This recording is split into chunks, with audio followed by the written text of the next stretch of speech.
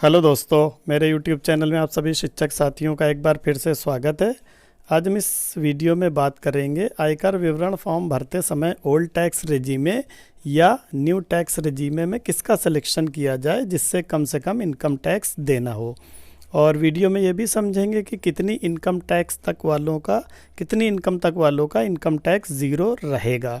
तो आइए वीडियो को शुरू करते हैं। तो सबसे पहले बात कर लेते हैं कि हमारी वार्षिक आय कितनी तक होगी कि उसमें इनकम टैक्स ज़ीरो रहेगा। तो सबसे पहले स्क्रीन पर नीचे अगर आप देख लें तो पुराने टैक्स स्लैब में जो था उसमें यह था कि अगर आप कोई भी बचत ना करें तो 5,50,000 तक इनकम वाले लोगों का टैक्स ज़ीरो होता था। लेकिन जो अभी नया 1 अप्रैल 2023 को जो नया स्लैब इंट्रोड्यूस किया गया है, इसमें यह है कि अगर आपकी 7,50,000 तक इनकम वार्षिक है तो आपका इनकम टैक्स ज़ीरो रहेगा। तो यानी 7.5 लाख तक वाले इनकम वाले लोगों को टैक्स नहीं देना है। अब बात करते हैं कि जिनकी इससे ज़्यादा है उनके लिए टैक्स स्लैब क्या रहेंगे। तो अगर आप अभी स्क्रीन पे देखेंगे तो आपके सामने 2 टैक्स स्लैब आ रहे हैं। एक ये आ रहा है आपके सामने ओल्ड टैक्स रेजीम है, जिसमें आपको 2.5 लाख से 5 लाख तक 5%,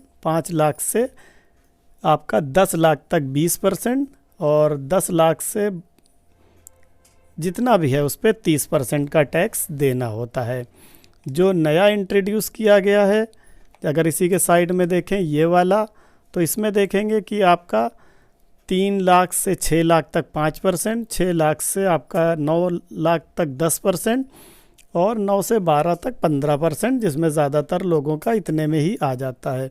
तो ये टैक्स स्लैब आपके लिए रहेंगे। अब एक एग्ज़ाम्पल से समझ लेते हैं कि आपको किसको लेने में फ़ायदा है, ओल्ड को कि न्यू को।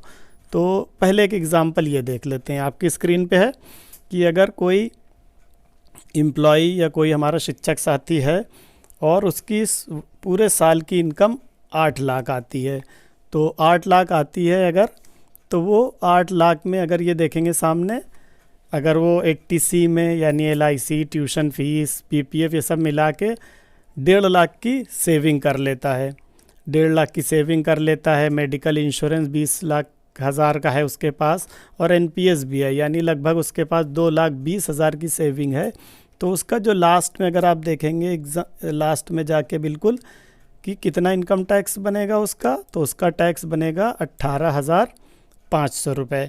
और अगर वो नए टैक्स के हिसाब से, नए टैक्स रेजीमे के हिसाब से भरता है तो उसका होगा 30,000। तो यहाँ एग्जाम्पल से समझ में आ रहा है कि अगर आपके पास सेविंग है 2 लाख तक की तो आपको ओल्ड टैक्स रेजीमे के साथ जाने में फ़ायदा है, और अगर सेविंग आपके पास नहीं है तो आप न्यू टैक्स रेजीमे के साथ जा सकते हैं, 8 लाख तक इनकम वाले लोग।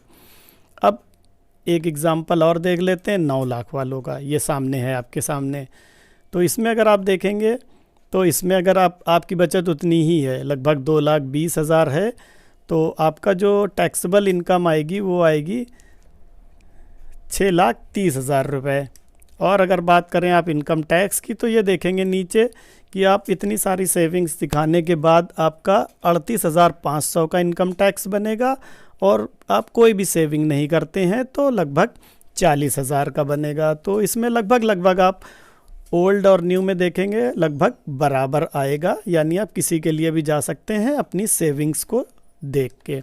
अब एक एग्ज़ाम्पल और देख लेते हैं 10 लाख वालों का, कि अगर किसी की वार्षिक आय 10 लाख तक जा रही है तो उसमें क्या है रहेगा कैलकुलेशन। तो ये वाला देखेंगे 10 लाख वाला, कि अगर 10 लाख है और आप लगभग 2,20,000 तक सेविंग है आपके पास, तो आपकी 7,30,000 पे जो इनकम टैक्स बनेगा वो बनेगा 58,000 रुपये। और लास्ट में देखेंगे ये कि 58,500 बन रहा है, और आप कोई भी सेविंग नहीं करते हैं तो आपको 50,000 का स्टैंडर्ड डिडक्शन हटा के लगभग आपका जो 9,50,000 पे बनेगा वो बनेगा 52,500। तो यहाँ पे न्यू टैक्स रेजीमे में जाने से फ़ायदा है। तो एग्ज़ाम्पल की अगर बात करें सारे देखने के बाद यही समझ में आता है कि 9 लाख तक अगर आपकी इनकम है और आपके पास अच्छी सेविंग है तो आप ओल्ड के साथ जा सकते हैं और आपके पास सेविंग्स नहीं है या आपकी इनकम 10 लाख या 10 लाख से ज़्यादा है तो आप न्यू टैक्स रेजीमे के साथ जाने में फ़ायदे में रहेंगे।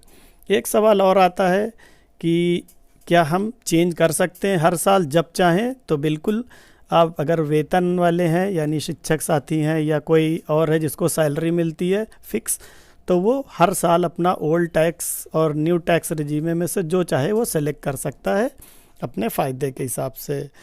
तो इसी उम्मीद के साथ कि इस वीडियो को देख के आप अपना इनकम टैक्स कैलकुलेट कर लेंगे और जहां आपको फ़ायदा दिख रहा है उसके हिसाब से आप अपना इनकम टैक्स फॉर्म भर देंगे। तो वीडियो अगर अच्छा लगा तो इसे लाइक शेयर कर दें और चैनल को सब्सक्राइब कर दें। और इनकम टैक्स विवरण फॉर्म कैसे भरना है इसके लिए मैंने पहले ही एक वीडियो बना दिया है, वो आप डिस्क्रिप्शन में लिंक देख के उसकी भी हेल्प ले सकते हैं। तो वीडियो को पूरा देखने के लिए धन्यवाद।